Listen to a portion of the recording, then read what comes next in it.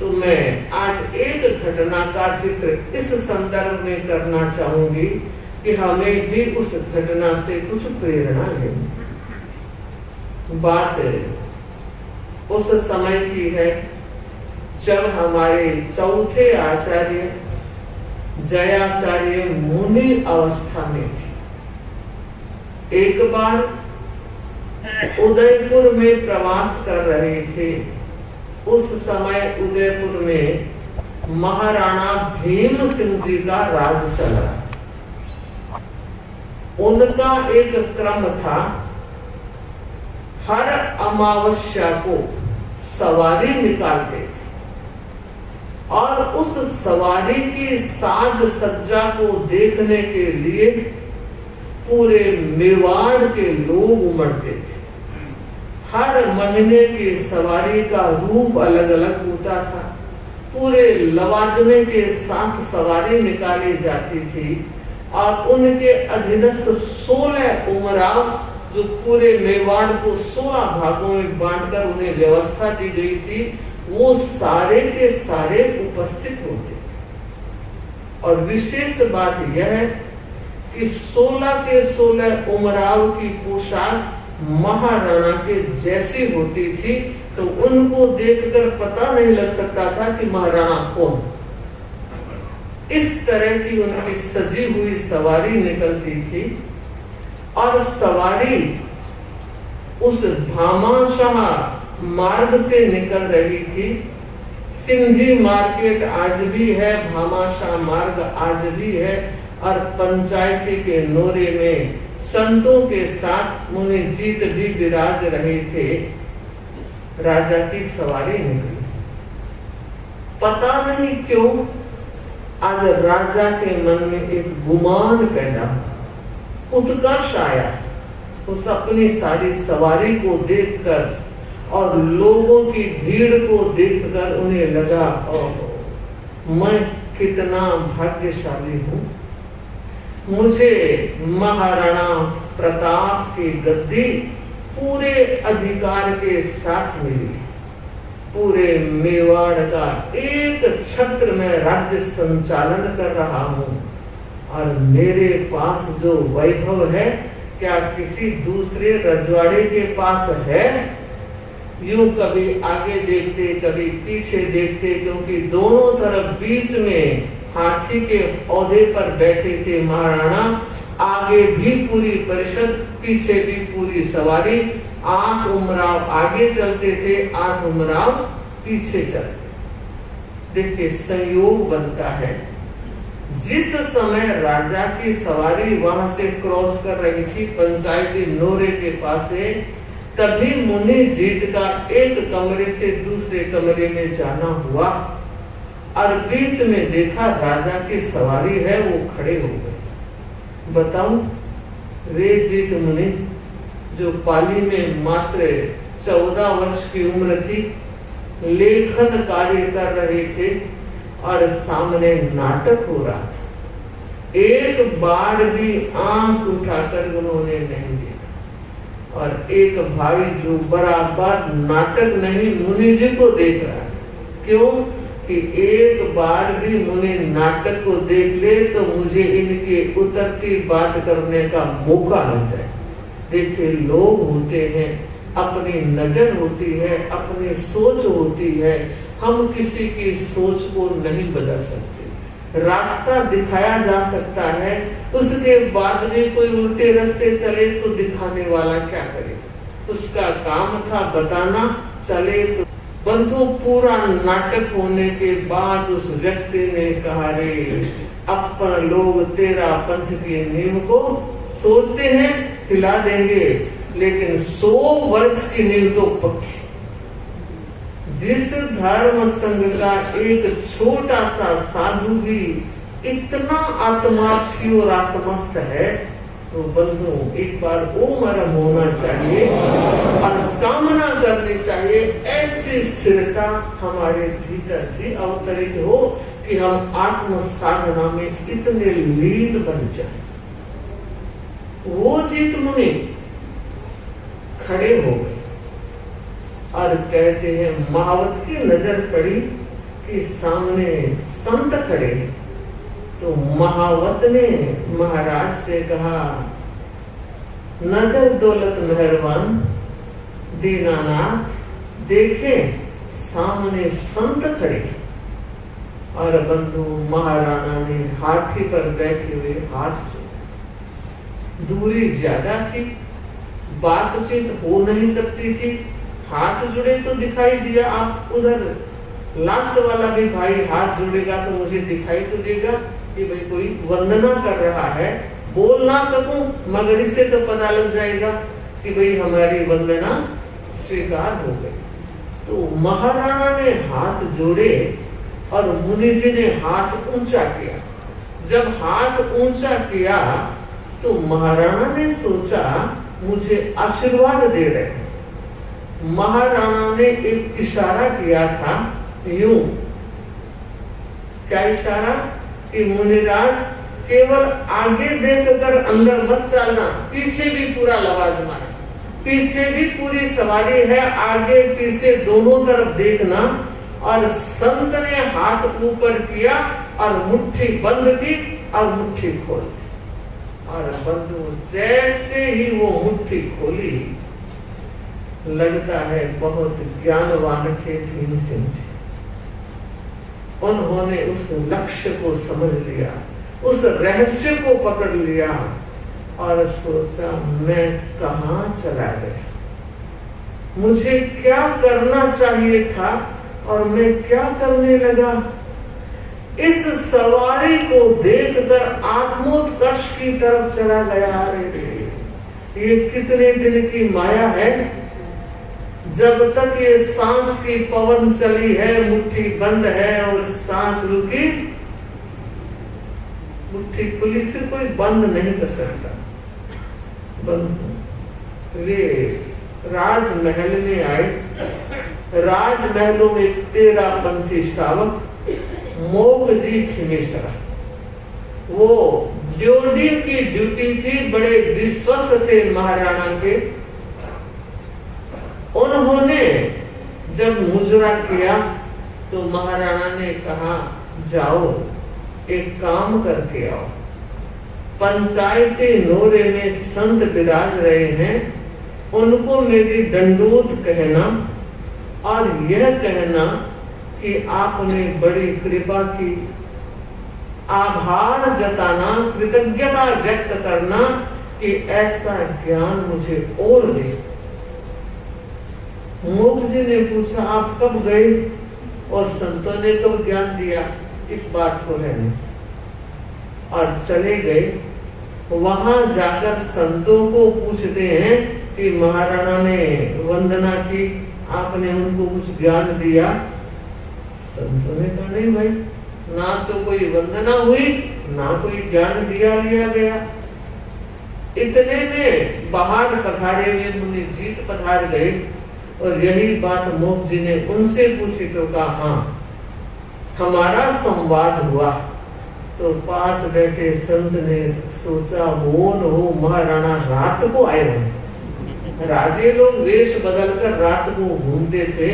तो उन्होंने कहा, जीत मुनि, मैं तो थारे नहीं सुते हो, मना तो जगा लेता, मैं भी देख। और मोक जी ने पूछा, महाराज बता तो दो। उन्होंने इतनी कृतज्ञता व्यक्त की है तो आपने कब और क्या ज्ञान दिया? तब सारी बात बताते हुए उन्होंने कहा, बस मैंने इतना ही कहा, महाराज फूलो मत, ये सांसों का कारवां जिस क्षण रुका, जयराम से। और उन्होंने समझ लिया, मुट्ठी बंद करके खोली। तो कहा, उन्होंने निवेदन करवाया है कि मुझे और भी ज्ञान देने की कृपा करें। अच्छा, चलो महाराजा ने निवेदन किया है तो मोक जी आप पोस्टमैन हो, मैं जो कुछ कहता हूँ वहां तक पहुंचा देना और वो जो कुछ कहे मुझे बता देना। ठीक है महाराज। तो कहा, मैं 4 प्रश्न पूछता।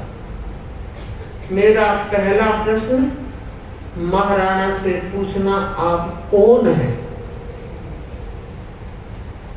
वो मैंने कहा, मरा गया। अगर कोई राजा को ये पूछे कि संत ने कहा आप कौन है, तो क्या राजा ये नहीं सोच लेगा कि मेरे राज्य में रह रहे हैं और मेरा नाम नहीं जाना? नाराज हो जाएंगे। महाराजे नाराज हो जाते हैं तो मुश्किल हो जाती। तो कहा नहीं, मेरा प्रश्न उनका उत्तर, आपको कुछ सोचना है। ठीक है महाराज। दूसरा प्रश्न, आप कहां से आए? कि महाराज ऐसा कोई ज्ञान होता है? महाराजा कैसे बताएंगे आप कहां से आए? कि नहीं, आपको सोचने की जरूरत है। ठीक है, उत्तर दिया, प्रश्न दिया। तीसरा, आप क्या कर रहे हो? कि महाराज राज कर रहे हैं। कि नहीं, आपको कब पूछा? चौथा प्रश्न, आप कहां जाओगे? का महाराज कलेजा तो धक धक करता है, कहीं बात उल्टी पड़ गई तो। बंधु, ये समय का फिर होता होगा, बात सही कही जाती है, कोई सही लेता है, कोई सही ना भी ले, अपना अपना विचार और अपनी अपनी सोच। तो आपको सोचने की जरूरत है। मोक्ष जी वहां जाते हैं और कहते हैं कि महाराणा, आपके लिए मुनि जी ने 4 प्रश्न भेजे। बताओ भाई। पहला प्रश्न है, आप कौन है? फिर कौन? महाराणा ने सोचा, मेरे राज्य में रहने वाला मेरा नाम न जाने यह हो नहीं सकता। कोई गहरा प्रश्न है, आपसे पूछो, आप क्या जवाब दोगे? आप कौन है? आप अपना परिचय ही दोगे, ये सच्ची बात है, और इसी परिचय से हम जी रहे हैं। महाराणा ने कहा, जाकर मुनि जी को कहना, मैं अविनाशी आत्मा हूं, मेरा यहाँ स्थिर डेरा नहीं है। आज तक बहुत बदले हैं और न जाने कितने बदले होंगे, मगर मेरा यह रूप हमेशा रहेगा। मेरी आत्मा जो चेतनामय है, जो अजर अमर है, अविनाशी है, वो बनी रहेगी। ठीक है। दूसरा, आप कहां से आए? तो महाराणा ने कुछ गंभीर होते हुए कहा कि देखो, जहां से वो आए हैं वहीं से मैं आया। कैसे? कि पिछले जन्म में उन्होंने भी साधना की होगी और मैंने भी साधना की। तप तपा है, पर संतों को कहना एक कसर है।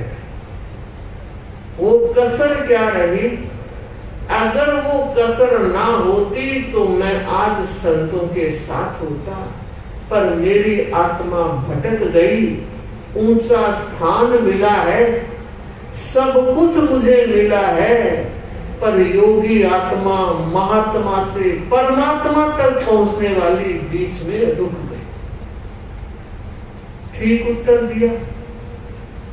तीसरा प्रश्न, आप क्या कर रहे हैं?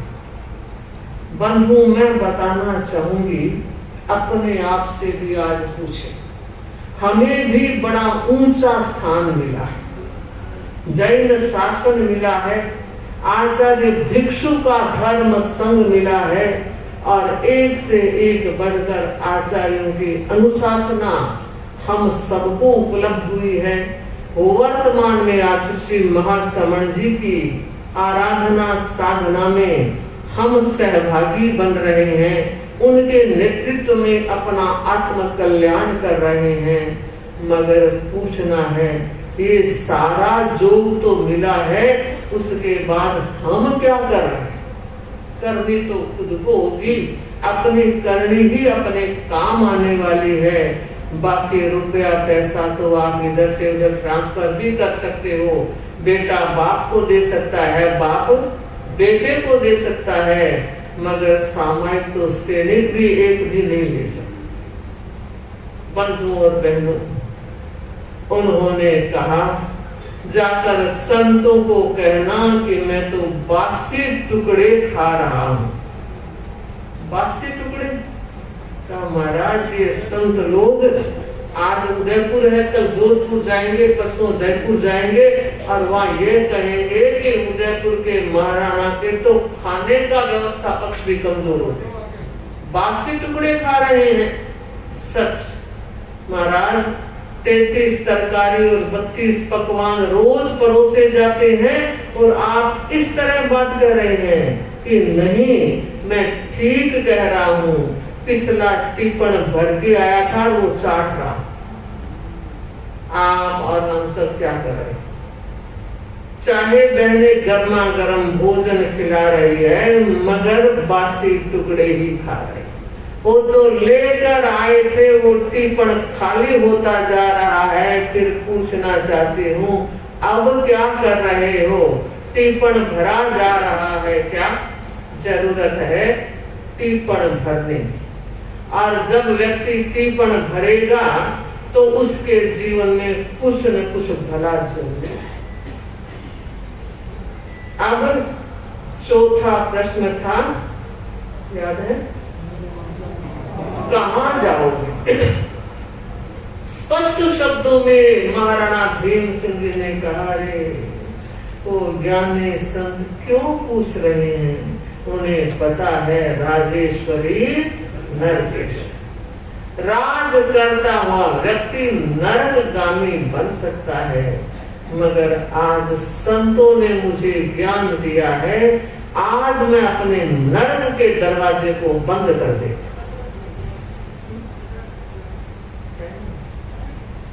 और मुझे लगता है कि मैं आज 3 संकल्प करूंगा। उन 3 संकल्पों के द्वारा मेरा नरक गमन रुक जाए। पहला संकल्प किया कि आज के बाद मांसाहार का त्याग। दूसरा संकल्प किया आज के बाद शिकार खेलने का त्याग। और तीसरा संकल्प किया कि अंतिम अवस्था को छोड़कर ऐसा ही कोई केस आ गया कि जहां मुझे करना पड़े, मजबूरी हो, बाकी मैं किसी को फांसी की सजा में बंद हो। ये वो त्याग थे जो आत्मा को अध्यात्म का उन्नयन कराने वाले। परंतु मैं ये पूछना चाह रही हूँ, आप लोग भी चिंतन करें, विचार करें कि ये सब करने का अनुकूल अवसर तो हमें उपलब्ध हुआ है, उसका उपयोग आत्मा की उन्नति विकास में हम कितना करते हैं? टाइम इन्वेस्ट कर रहे हो, धन, संपदा, परिवार और रिश्ते, माना ये आपका दायित्व है। गृहस्थ की डोर में आप बंधे हुए हो, मगर इतने मत बंधो कि 24 घंटे वही लगा।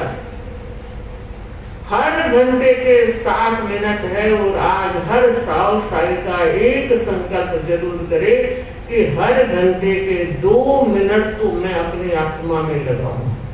और अगर 2 मिनट लगाते हो तो 50 मिनट हो गए, एक समय हो गई।